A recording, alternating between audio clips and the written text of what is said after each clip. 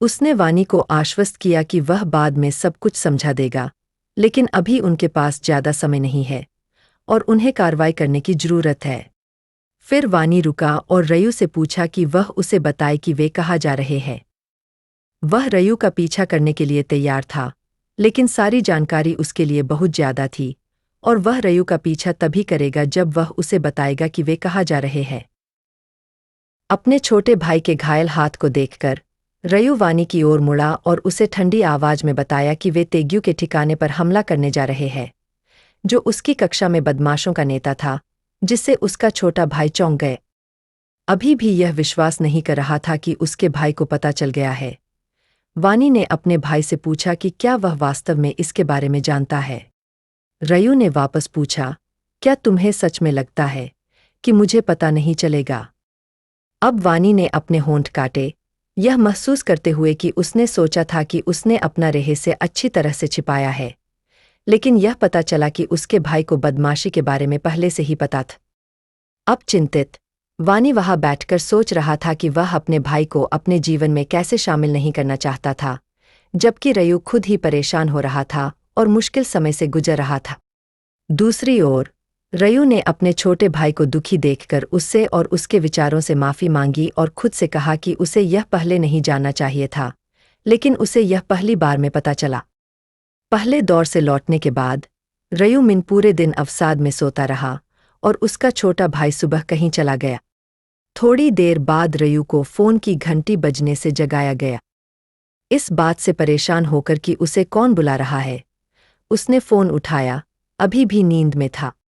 उसने पूछा कि कौन बुला रहा है, जिस पर आवाज ने तुरंत पूछा कि क्या वह वानी नाम के किसी व्यक्ति का अभिभावक है। फिर उसने तुरंत कहा कि उसे तुरंत अस्पताल आना चाहिए। ऐसा कहने के बाद रयू की पुतलियां डर से फैल गई।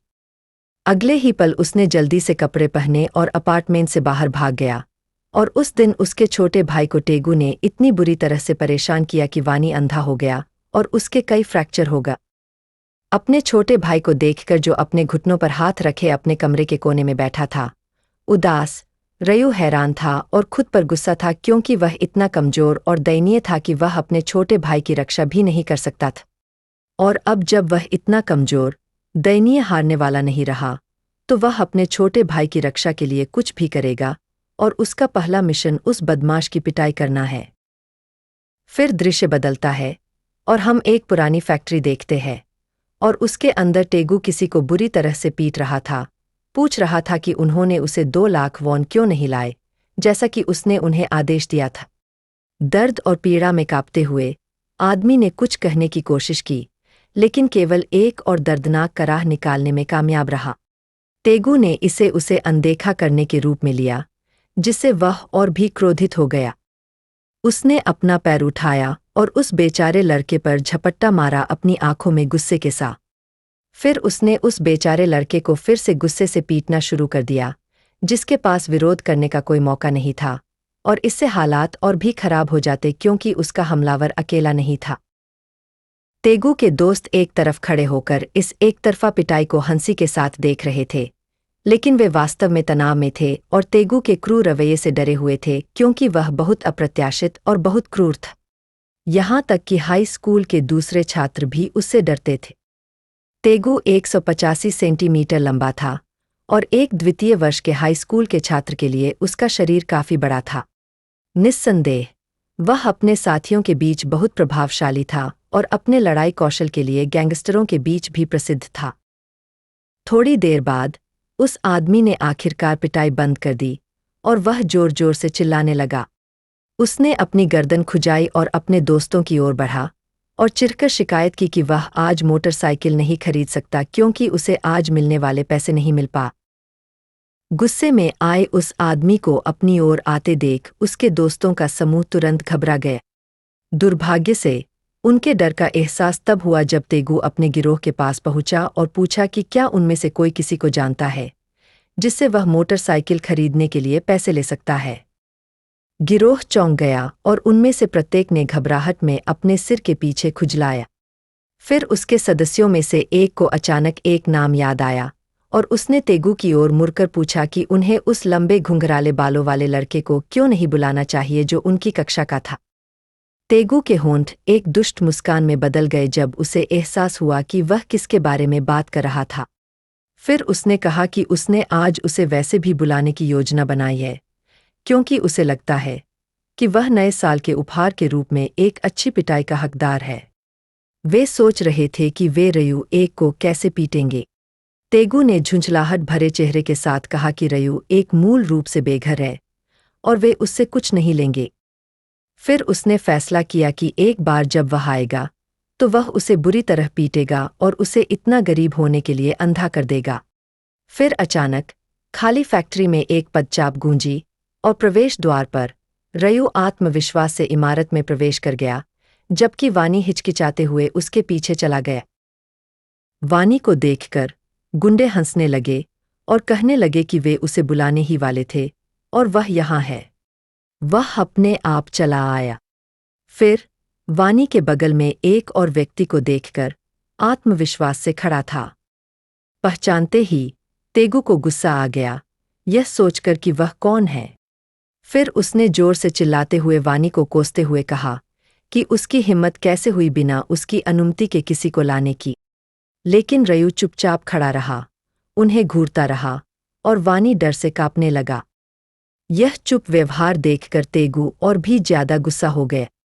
फिर वह गुस्से में धीरे धीरे वानी की ओर आया और उससे पूछा कि क्या वह किसी और लड़के को लाया है। लेकिन इससे पहले कि वह कुछ कह पाता, रयू अपने चेहरे पर मुस्कान के साथ आगे बढ़ा और आत्मविश्वास से कहा कि वह उसका बड़ा भाई है। तेगू हंसा, फिर वानी की ओर मुड़ा जो अपने बड़े भाई के पीछे खड़ा था और उसे याद दिलाया कि उसने पहले ही उसे कहा था कि अगर वह पिटना नहीं चाहता है तो अपनी भाषा पर ध्यान दे। और अब वह अपने बड़े भाई के साथ बदला लेने के लिए उसके ठिकाने पर आया था। उसके चेहरे पर एक नकली मुस्कान थी। तेगू ने अपनी मुट्ठियां भींच ली और वानी से कहा कि वह और उसका भाई आज मर जाएंगे। फिर अपने एक अनुचर की ओर मुड़ते हुए उसने सिर हिलाया और उन्हें कार्य करने का आदेश दिया। बाद वाले ने यह महसूस किए बिना कि वह क्या करने जा रहा है, एक खुश मुस्कान के साथ सहमति में सिर हिलाया। जबकि तेगू अपनी बाहों को पार करके पीछे खड़ा था, उसके अधीनस्थ धीरे धीरे रयू की ओर बढ़े और वानी को ताना मारना शुरू कर दिया, यह पूछते हुए कि क्या उसके भाई ने पहले कभी चींटी भी मारी है।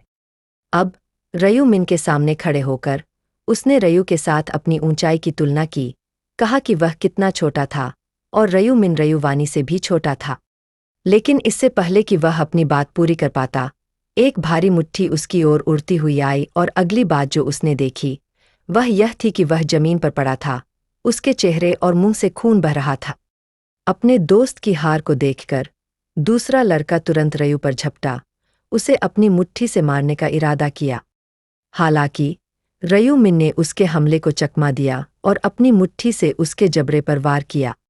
वार इतना जोरदार था कि उस आदमी ने एक दर्दनाक चीख निकाली और कुछ मीटर दूर उड़ गया, जिससे उसके पीछे कुछ मलबा गिर गया। उसी समय पहला आदमी जो पहले ही वार से उबर चुका था, साथ ही बचा हुआ गंजा आदमी जो उसे मरने के लिए गुस्से से चिल्ला रहा था, फिर से रयू पर झपटा। हालांकि यह संयुक्त हमला बिल्कुल भी काम नहीं आया, क्योंकि उनके चेहरे पर केवल 2 वार ही लगे और वे दर्द से रोने लगे। उसी समय ताइग्यू अपने साथियों को पिटते हुए और दर्दनाक कराह के साथ फर्श पर रेंगते हुए देख रहा था। फिर वह गिरे हुए सदस्यों के पास से चला गया, रयू के करीब आया और एक मुस्कुराहट के साथ रयू से पूछा कि वह शायद इसलिए इतना आत्मविश्वास दिखा रहा है क्योंकि उसे कहीं से मुक्केबाजी का प्रशिक्षण मिला होगा। लेकिन यह उसे हराने के लिए पर्याप्त नहीं है, क्योंकि रयू कितना भी कुशल क्यों न हो, वह वजन वर्ग के अंतर को दूर नहीं कर पाएगा। ताइग्यू 185 सेंटीमीटर लंबा था और उसका शरीर मजबूत था, जबकि रयू मिन 165 सेंटीमीटर लंबा था और कमजोर दिखता था। वजन वर्गों में अंतर स्पष्ट था और कोई भी बिना देखे ही दोनों के बीच लड़ाई के परिणाम की आसानी से भविष्यवाणी कर सकता था। हालांकि ताइग्यू को आश्चर्य हुआ कि रयू बिल्कुल भी डरा हुआ नहीं लग रहा था। अपने चेहरे पर मुस्कान के साथ वह बड़े आदमी की ओर मुड़ा और उससे पूछा कि क्या वह समाचार नहीं देख रहा था। यह बकवास सुनकर ताइग्यू ने रयू पर मुक्का मारा, लेकिन उसे आश्चर्य हुआ कि रयू ने उसे आसानी से चकमा दे दिया। फिर ताइग्यू ने मुक्के और लात के बाद लात मारी, लेकिन रयू ने उन सभी को आसानी से चकमा दे दिया।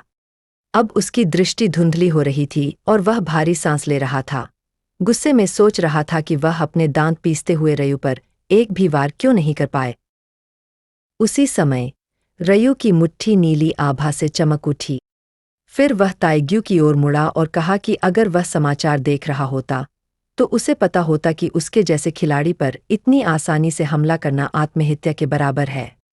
अगले ही पल उसने बिजली की गति से मुक्का मारा जो ताइग्यू के जबड़े पर लगा, जिससे वह पीछे की ओर गिर गया, लेकिन उसे हराने के लिए यह पर्याप्त नहीं था।